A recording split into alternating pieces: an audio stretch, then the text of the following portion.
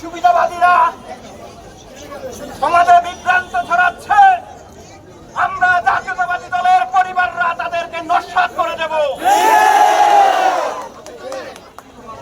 আমরা জানি আমাদের দেশ নায়ক তারেক রহমান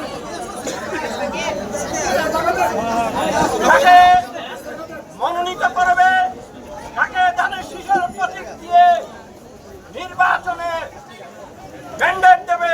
আমরা তার পক্ষে কাজ করব।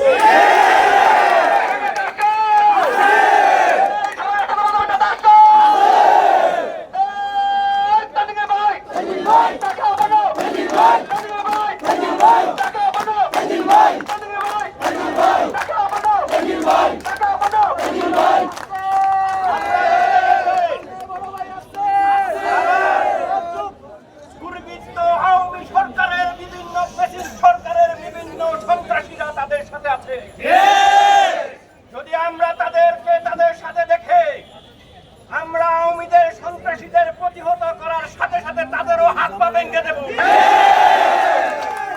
আমরা আমাদের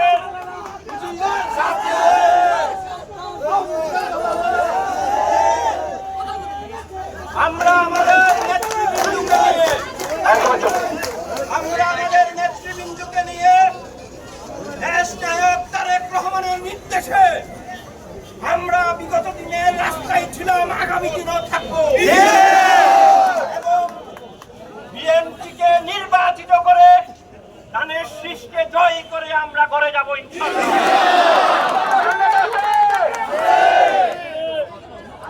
আপনারা অনেক কষ্ট করেছেন, আগামীতে আরো যখন কর্মসূচি হবে সবাইকে ঐক্যবদ্ধ করে আমরা রাস্তায় নামবো। যতদিন